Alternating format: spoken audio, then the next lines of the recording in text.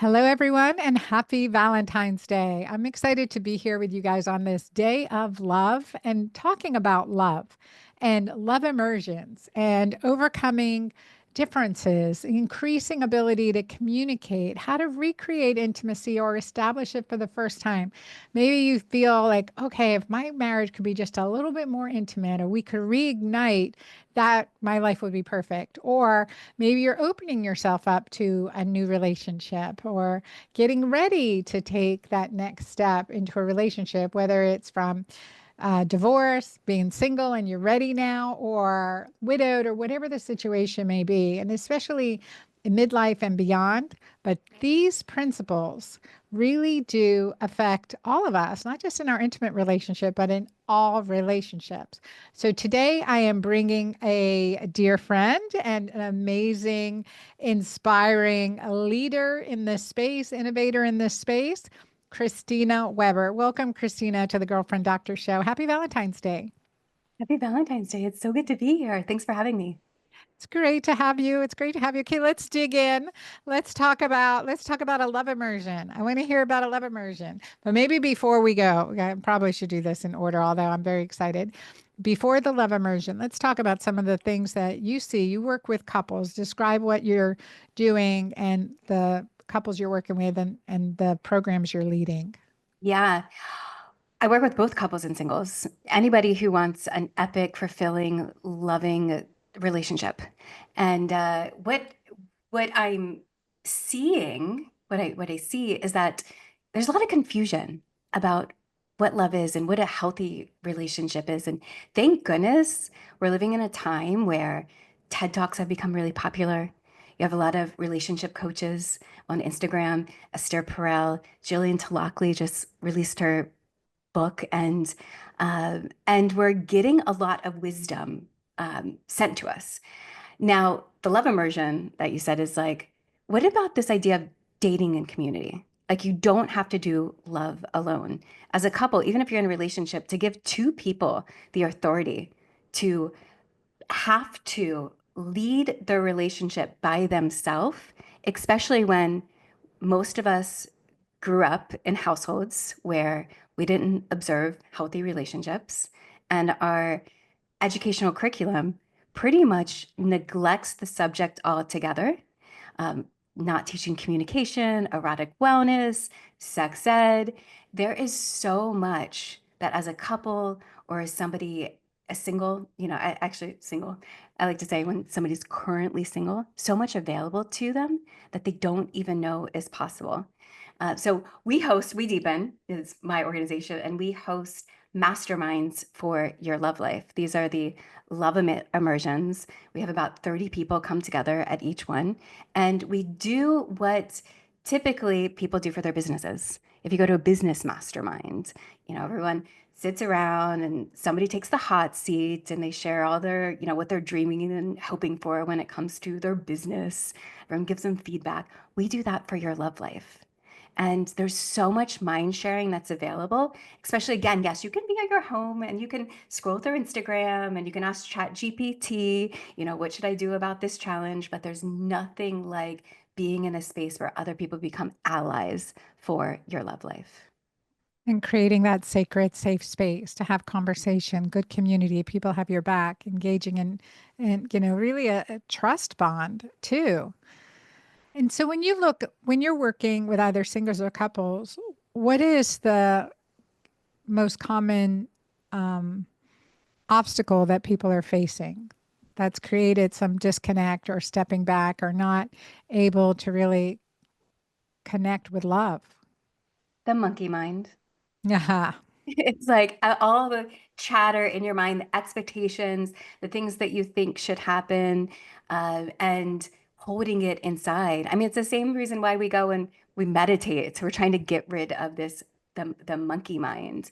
And once we're around other people, whether you're in therapy, you're working with a coach, you're talking you're not just, sure, you can go out sometimes and you can chit chat with friends and gossip and vomit maybe all that you're experiencing with your significant other, the challenges, but like having that space to come and really mind share, is the most important. So I think, yeah, the monkey mind is what's challenging us, and also the expectations that we have, like the attachments to how something should be, as opposed to really like I I bring in a framework. I brought it into early into my relationship. I've been in relationship for about 2 years, and in our early dating process, and I invite all couples and singles that I work with to whether bring them into the relationship or whether they're dating, and you just will see the nervous system completely relax. So Mm. these principles are, and these are the principles of a conscious relationship. Uh, Number one, no attachment to outcome. Growth comes first. Number two, both parties agree to own their own shit. Number three, all feelings are welcome and no internal process is condemned. And number four, this is a place to practice love. And we can go through all four of them. But That's great. before I do, I want to also align on love, because there's no one definition that we've all said, yes, that's it. Like I agree. Yes, love is a verb and it's action oriented. But I like to look at love as our life story. If you think of your intimacy journey is your life story, when you're on your deathbed and you think back about your life, you are going to most likely think about the deepest relationships that you've had, The people you've loved along the way. Hmm. the people you've loved along the way. And typically, when you say, I love you to someone else, it's really selfish. It's like what you're really saying is that I love myself so much when I'm with you. I Mm. love who I get to be when I'm with you. And so we think about this life journey because love is a life journey.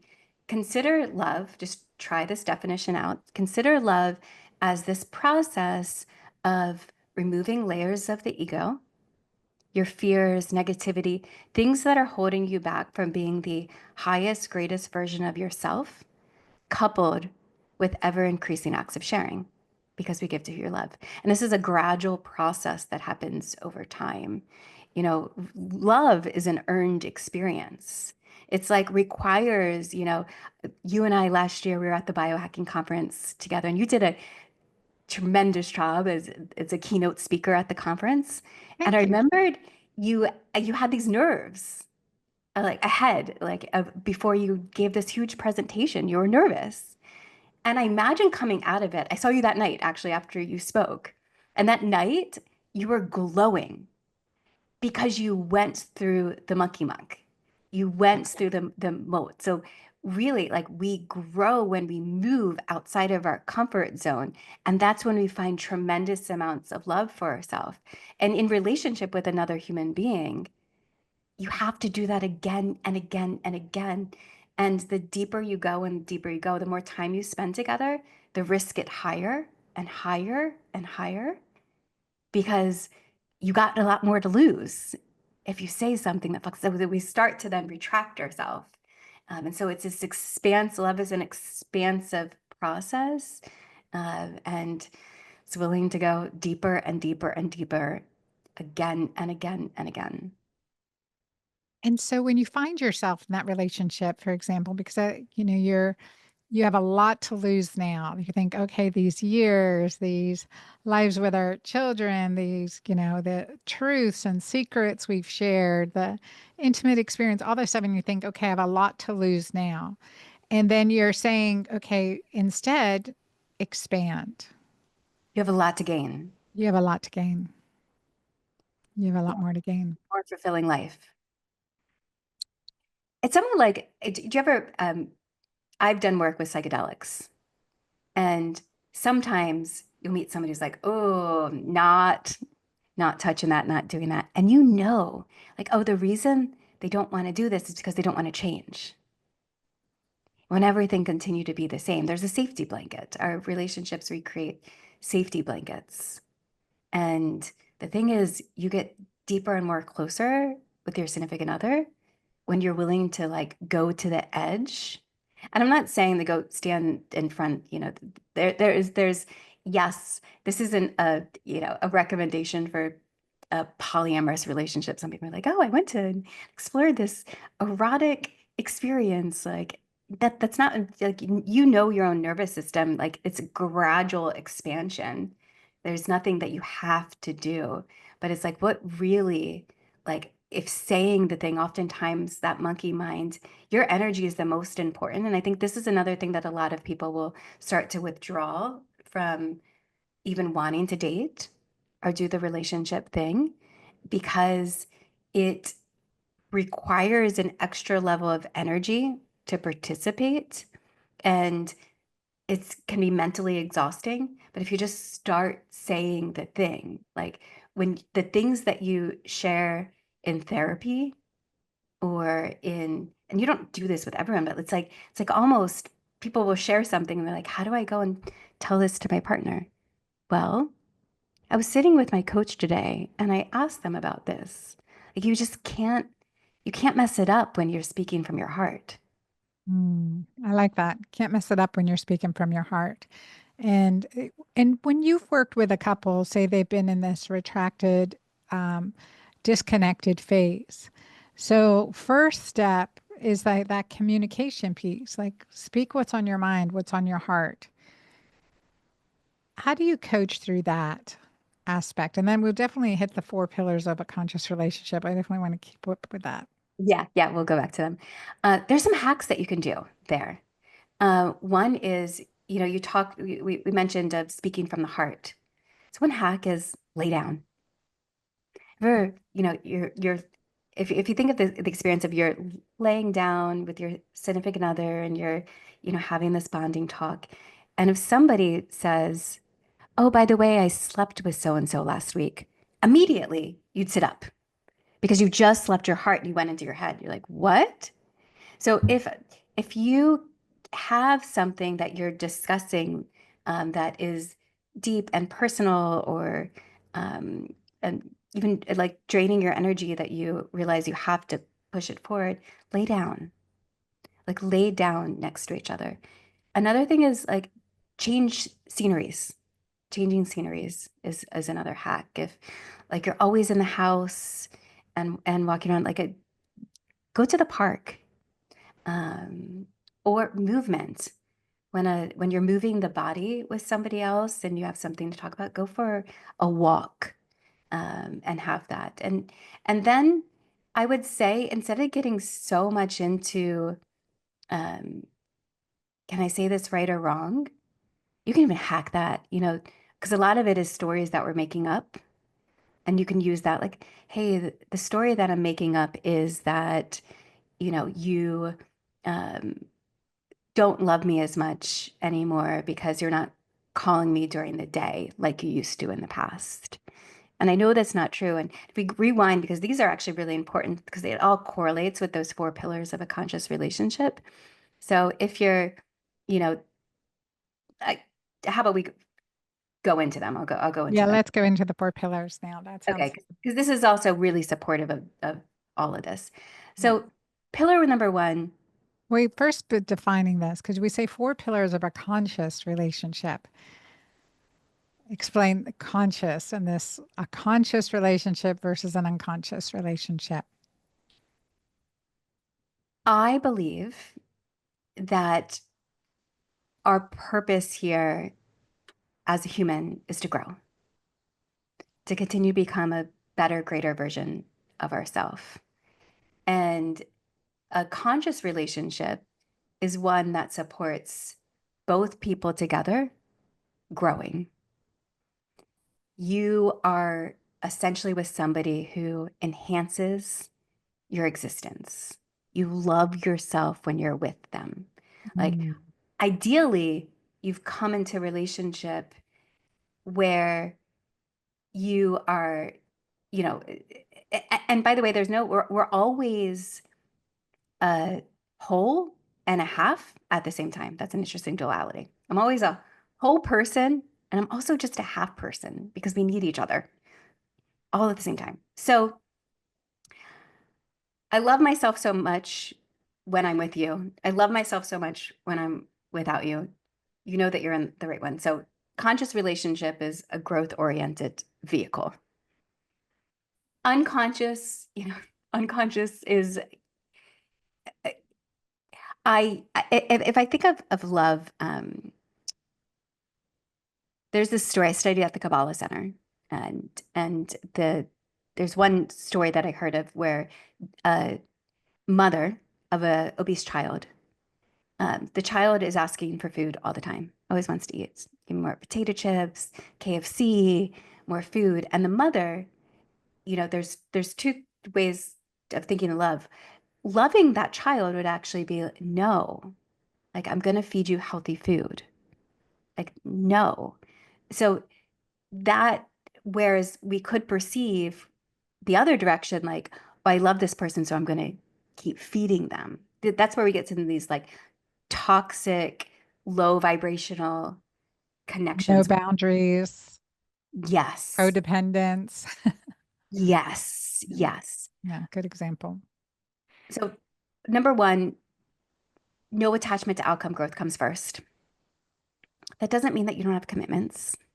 It doesn't mean that you don't fantasize about what a relationship could become. It means that you're more attached to the experience of growth than making the relationship work. You're unwilling to contort yourself to fit in a specific box so that you can stay together. You're going to keep growing and growing and growing. Because sometimes, if the attachment, I don't want to lose this relationship, so I'm going to stay small, or I'm not going to say the thing because I might lose the person. So you're number one, you're more attached to the experience of growth than making the relationship work. Number two, both So parties with agree. that one, with more attached to growth, that's like the priority is growth, individual growth, and Growth as a ex- couple. growth as a couple experience. Can you give an example? Uh, yes. So let me think of a good example.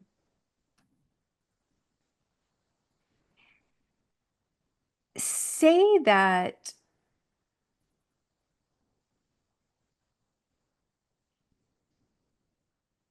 okay, early in my relationship, there was one like time, I think it was around you and I had recorded a podcast together. My significant other kept telling me about um, adventures and experiences that he had with other women before we were together. And he was telling me about them a lot this one weekend. And I was like, what? I keep hearing about this, but my monkey mind is like, well, let him be himself. Like, you know, this isn't, I don't feel jealous, but at the same time, why does he keep doing that? So I could have at the time just been like, don't hurt the connection. And so just let it happen. Let it work itself out, right? Yeah, but instead I spoke up. It's like the willingness to like I might lose this connection, but like I'm not willing to contort myself. Another example. This example is probably even better. Um, a lot of people suck at dating. And the reason I'm really good at dating is because I've done a lot of dating. Uh, I have never officially married a human. I married myself in 2014 at a big ceremony in New York City, and but I've never officially married somebody else. And I'm 43 now, so I'm pretty good looking. I can flirt pretty well, so I've had lots of dating experiences. And um, so him and he was newly separate or divorced when we started seeing each other. He was newly out of a long-term relationship, and I could feel that his soul needed to have dating experiences. Uh, so we did that dance for about 8 months. I dated other people, he dated other people, and then I got to a place where I was like, I can't go any deeper anymore. And I asked for no contact for 90 days. So it's another shit. I'm gonna lose the connection. 90 days no contact. I knew that I needed to rewire my own programming, my own system. Like I was attached to him and he was not available. So I needed to unattach. And then when we did come back together, um, there was a moment where we were starting to reconnect in this moment where he didn't respond to a text message of mine for like 24 hours, maybe it was like 36 hours or so. But like we're in this like vulnerable new connection. I remember I wanted to pick up my phone and write, I'm done. Like it's over. And I sat with that feeling for longer and I started journaling. And instead, I wrote a text message and I said, hey, if you want to be together, here's what I require. And I gave 5 requirements, which were number one, daily interactions. Number two, that we sleep in the bed together on more nights than we don't. Number three, a desire intention to become a bonus mom to your children. And then number four, lots of play, new experiences. Number five, that our relationship is public. It's not a secret. Mm, And so that is like where you take the risk. Growth comes first. He could have said no. right. I like that you took the risk. You didn't back then. You spoke your truth as opposed to hiding it. I can see, um, I can see that. And that's that commitment to a growth outcome. Yeah, I knew that that was a growth edge for me, but I was unwilling to be somebody else. I was being who I wanted Mm. to be. Number two, Okay. both parties agree to own their own shit. Yeah. When you are pair bonding with somebody, it's likely that lots of shitty feelings are going to rise. You're going to feel jealous, insecure, um, uh, intimidated, envious. Like you're just going to feel these things at times. Most likely, if it's a healthy relationship and you're in the next one, it's like you're ridding yourself from discharging all the previous shit that happened. Sometimes those feelings of jealousy that arise aren't even between you and the other person. They're from some story in the past or some conditioning or belief system that you have. And when we relate to another person, we're doing it out of our own free will. So if you have, if when things come up and when you maybe act in accordance, like in accordance or in alignance to who you want to be, you're going to own that shit. You're going to say it like, and then the number two and three go hand in hand because number three is that all feelings are welcome and no internal process is condemned. And so it's like I can have all these shitty feelings and the juiciness, like the vulnerability that really locks people to one another is when you're willing to share those with that human without blaming them for them. So, example, I'll use what we had.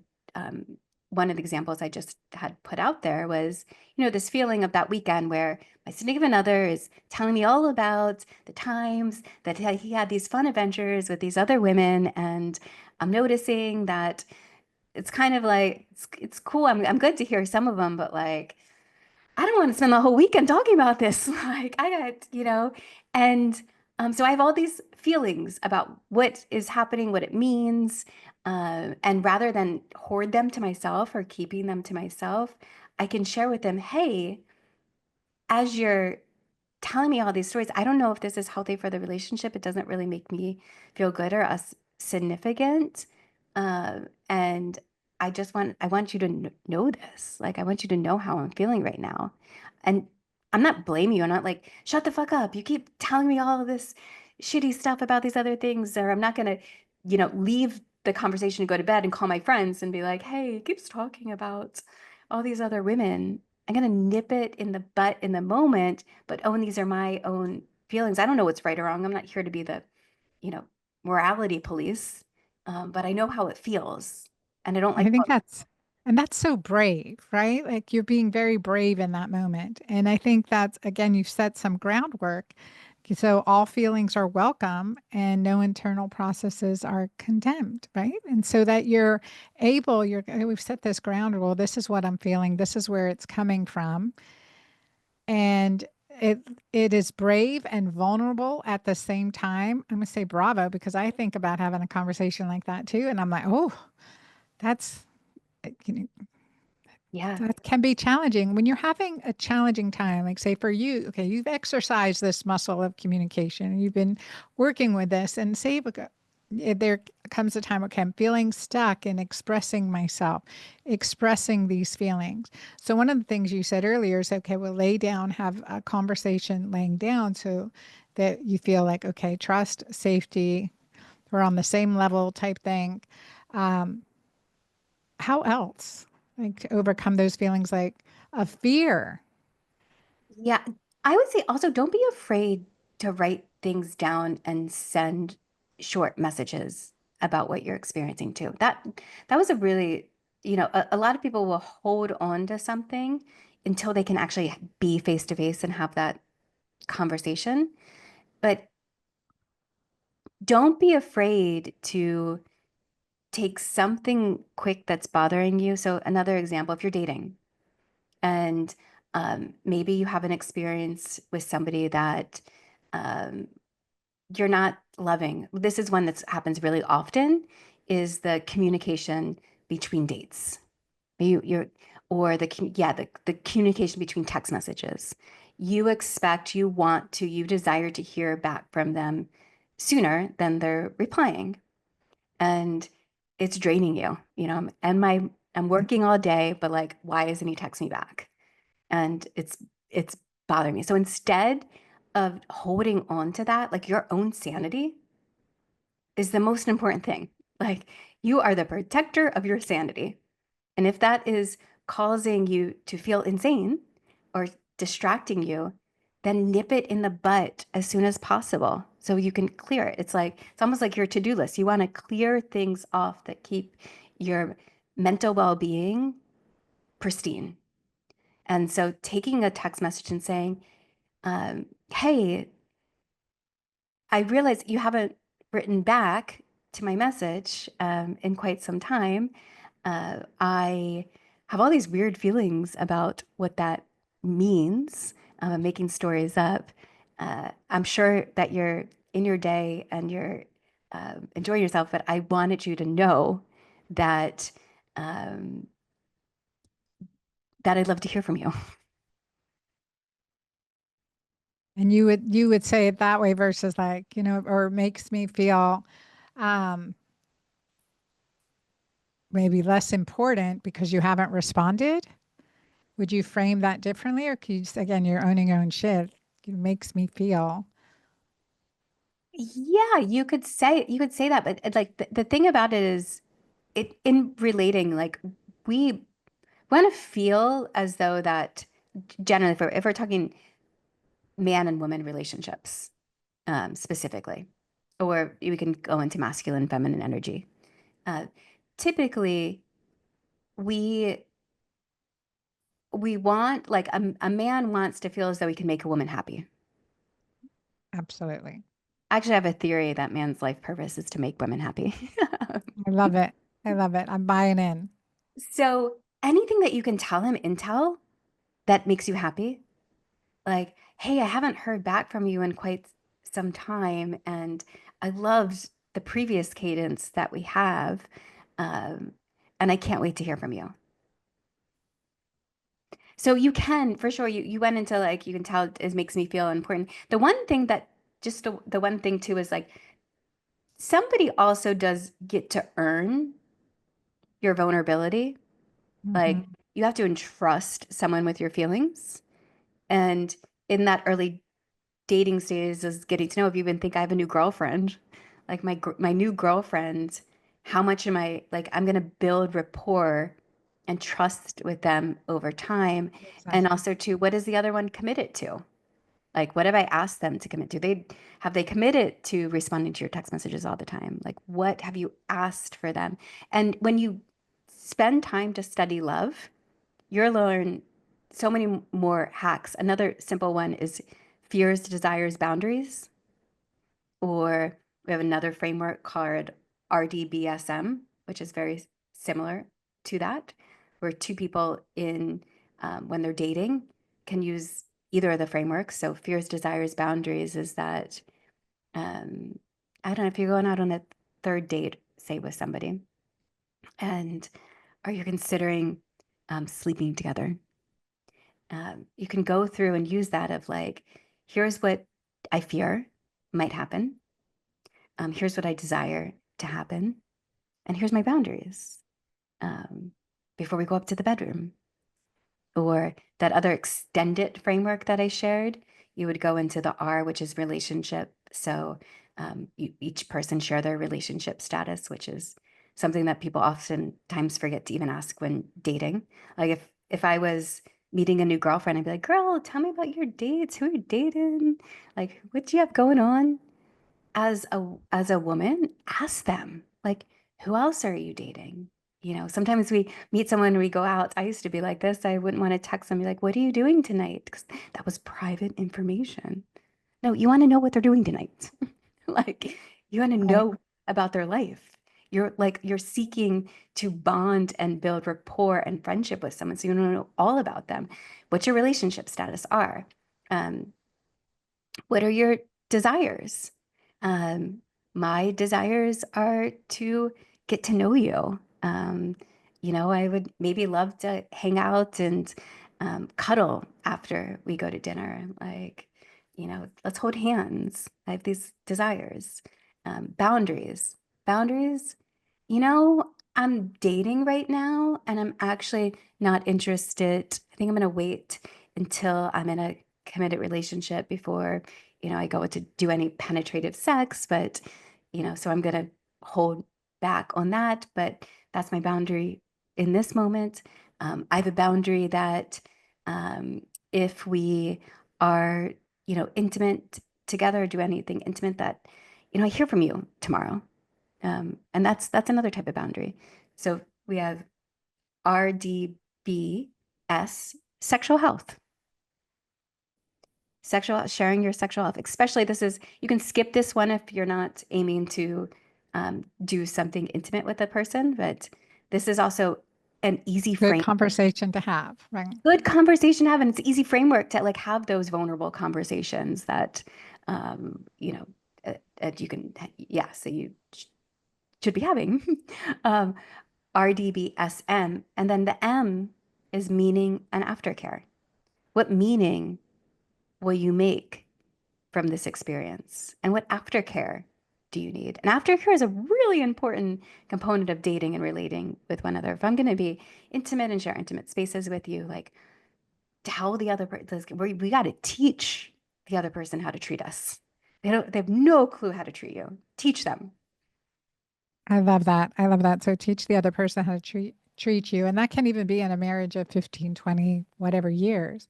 So in working with couples that have been together or monogamous for a long time, what is the framework for them to deepen love and intimacy or to even establish deeper love and intimacy? Um, Study love together. Yeah.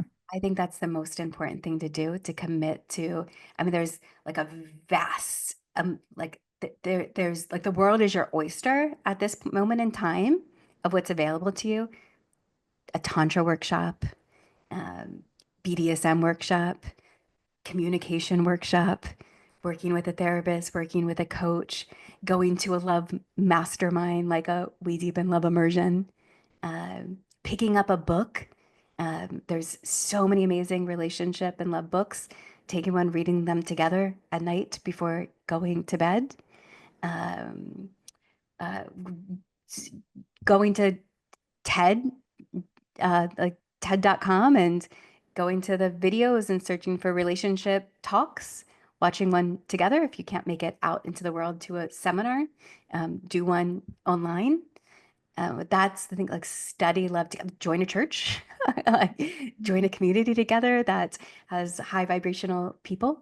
Um, as a couple, you do not have to do love alone because to feel uh, securely attached. And we were speaking last night, actually, I WeDeepen runs the WeDeepen Angel Group, which is a high impact, high touch mastermind.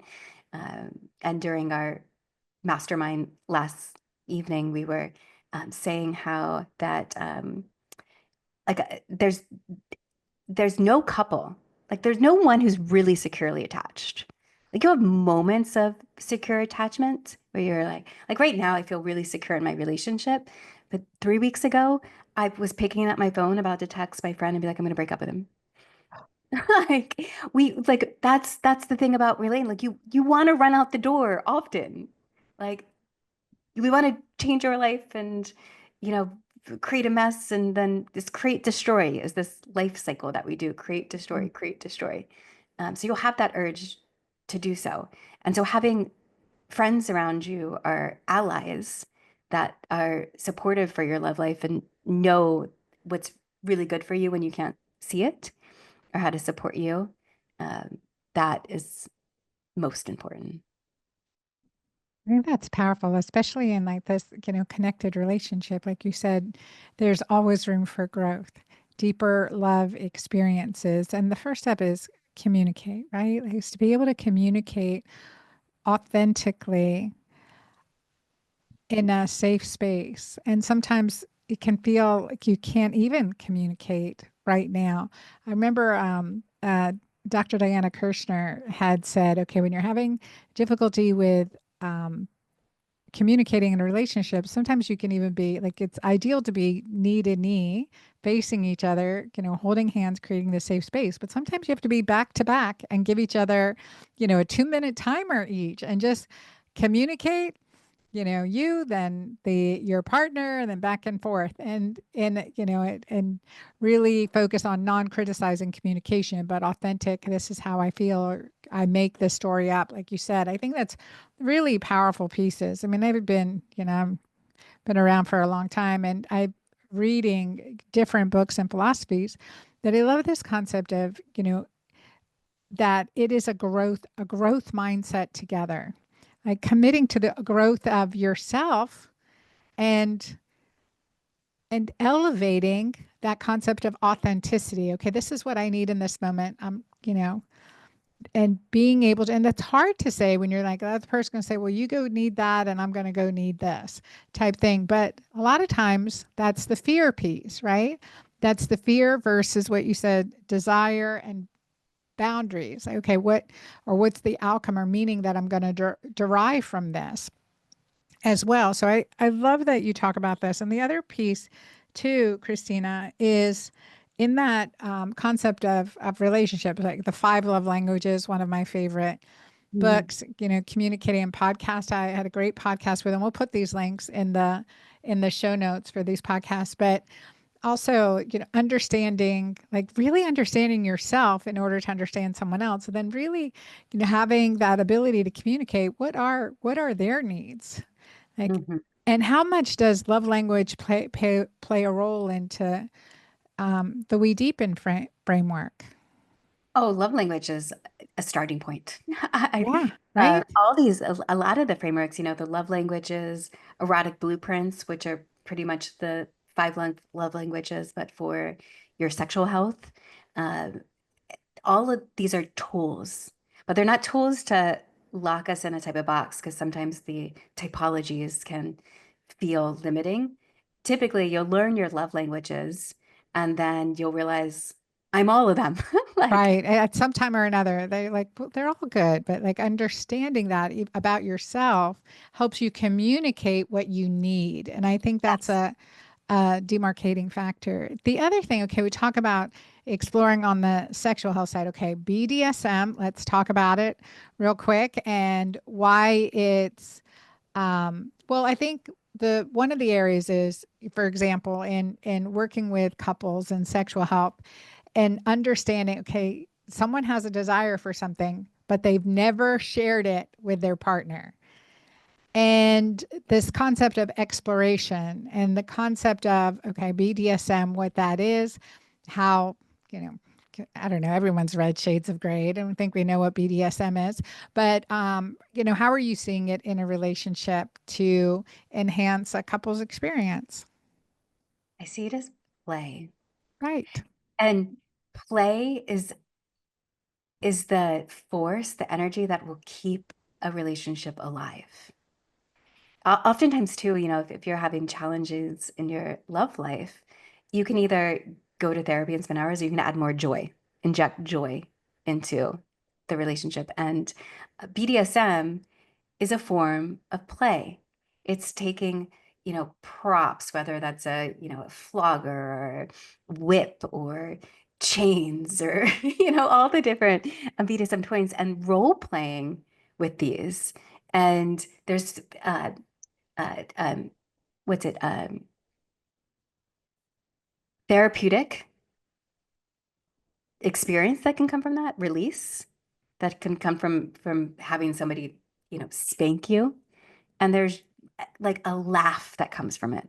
It's trying something different, and playing different roles in different characters, thinking outside the box. And inside of your relationship, you are a social artist. Like, to connect with somebody else for a period of time, like a long lasting relationship, requires to bring in a level of novelty, of excitement.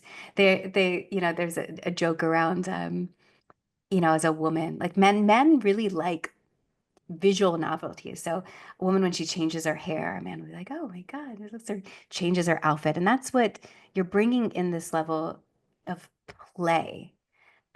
And you can do that through Tantra. You can do that through games.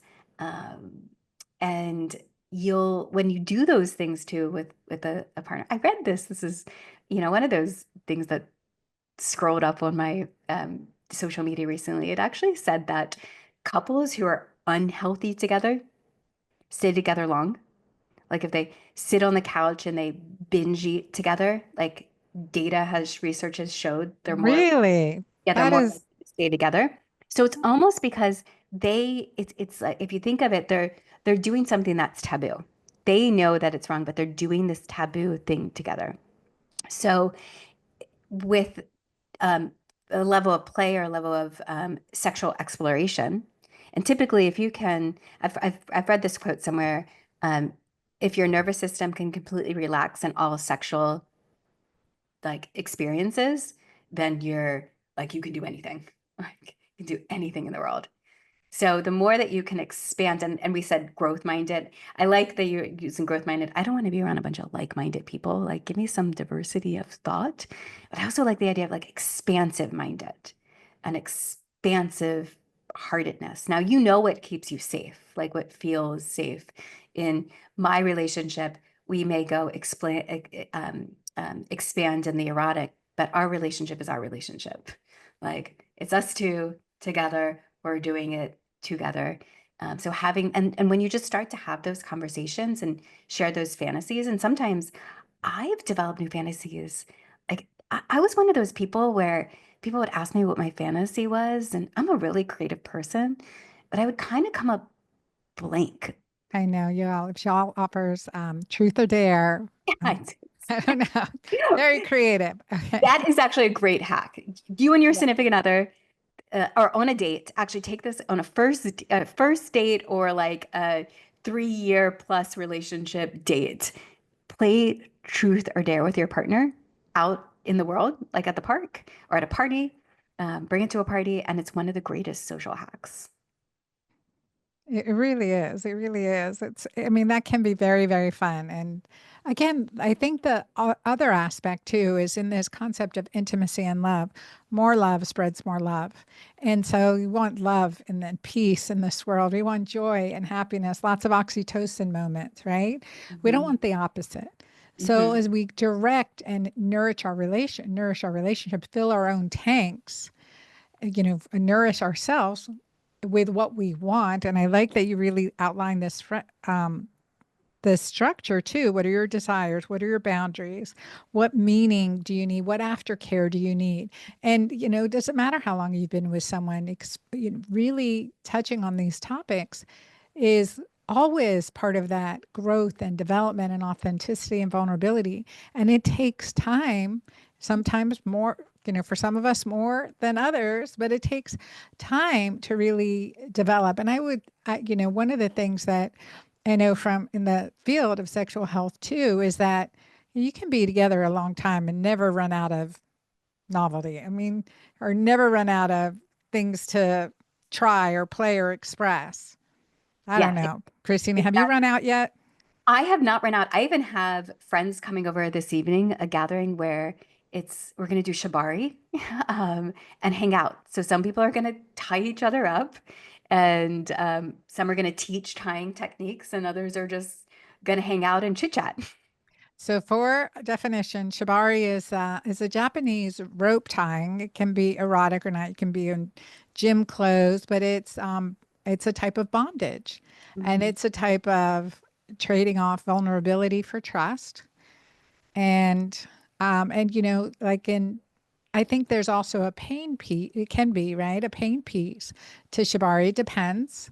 I don't know what y'all are doing, but it can be a pain piece. But one thing about pain, it's like a hard workout is painful. It Mhm. creates change. It creates transformation. And Mhm. so, waking up at 6 a.m. and boxing for an hour, it's going to be painful. But these are hard things to do. Running a marathon, incredibly painful. So it's these, okay, what's your preference? What helps you grow? What helps you develop? Like, I don't know. I'm always interested in learning more. So tell us why you're doing the shibari and Or to play, to hang out with right. friends. Some are skilled. They've been taking shibari classes. It's a spot to come together and show some people who've never seen what shibari is. For the ones who've been practicing to be able to teach it to others, you got to teach something to master it. And it's rather than going and hanging out at a bar, let's meet at a happy hour. It's that we have everything that we need to create a bonding experience right here, right with us. And before we do end this, I also want to, we didn't get to that number four, Oh, okay. Yeah, that's right. Thank you. that love is a place, or the relationship is a place to practice love. Hmm. And practicing love, that's this whole thing. So whether you're dating or when you're in a relationship, you're always in practice. I run a business, we deepen, and I often say to my team, we're practicing. This is like a practice. And sometimes, yeah, you'll jump into maybe a game time because you'll be on stage or whatnot. For the most time, you're always in a state of practice. So you can't do it wrong. You just got to keep practicing and practicing and asking yourself, what would love do? What would love do now? What would love do now? What would love do now? And the answer to the question is going to be different every single time, but keep asking yourself that question. I love that. So the relationship is a place to practice love. Yeah. And it's And love. I remember Lisa Nichols when she said, she had decided to, she'd been in relationships. She decided, and then she stopped for a while and she goes, you know what? I'm just going to keep dating. I'm just going to keep practicing going out. I'm going to keep practicing. And then I like how she said that because it's like, okay, I practicing means like, okay, I'm going to find something. I'm going to have this result. This is going to be perfect. This is it. It is practice. It is a work in progress. It is a development. An artist's work is never finished. Exactly, exactly. And that's what this game is. It's all practice and keep playing. Okay. All right. Christina, tell everyone how to find you. You can go to WeDeepen.com. You will see the two love immersions we have coming up. Depending on when you're listening to this, there's one in April of 2025 and one in June of 2025.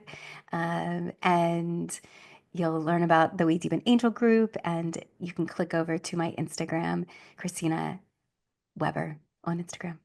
All right. Thank you so much. And I'm sure you're going to be at the biohacking conference also in Austin this year. Will you be there? Is it in Austin? It's in Austin, May It's in 20th Austin. through So the, Dave Asprey's biohacking conference, at the end of May. So you can and I'll catch be up with speaking. Christina. And you'll do a play group there, right? Like, I'm actually going to speak. I'm doing Oh, a excellent. a talk at the biohacking conference, and I will be doing an activation. I think we're going to host a dating dojo there as well, probably something for couples. And yeah, come and join us. We'll have a big table as well, right by main stage. Okay, excellent. So that'll be fun. And we'll put all the links in the show notes too. So thank you so much, Christina, for being here with us today. Thank you for having me. This was such a joy. Happy Valentine's Day. Oh, happy Valentine's Day. Because it's Valentine's Day, I did want to bring you this a love focused, in depth discussion. And there's so much here, and there's a lot to unpack too. There's certain feelings that may come up as you've listened to this discussion. Um, Hopefully, learning more to understand how to even further deepen your love story. And I liked a few things that Christina said. She said, your intimacy journey is your life story. And so we think of our love story, our life story, and it is a journey. And that's something like to be able to process. I like that she talked about the four pillars of a conscious relationship. The first one being that um, no attachment to outcome, growth comes first. And the second, both parties agree to own their own shit. The third is that all feelings are welcome and no internal processes are condemned. And the fourth, the relationship is a place to practice love. So, in asking the question, what would love do now in this situation? What would love do now? How would love act? And again, reminding us, okay, the boundaries, the boundaries that we place, where are our boundaries and how well are we upholding them? And I've done a lot of, all the Dr. Cloud boundaries books and boundaries with kids, boundaries with teens, your own boundary journey, and really understanding boundaries. And then, your boundaries in love relationship, in the most important relationships, and being able to clearly articulate it at first to yourself, then to someone else. She also said, love is an earned experience.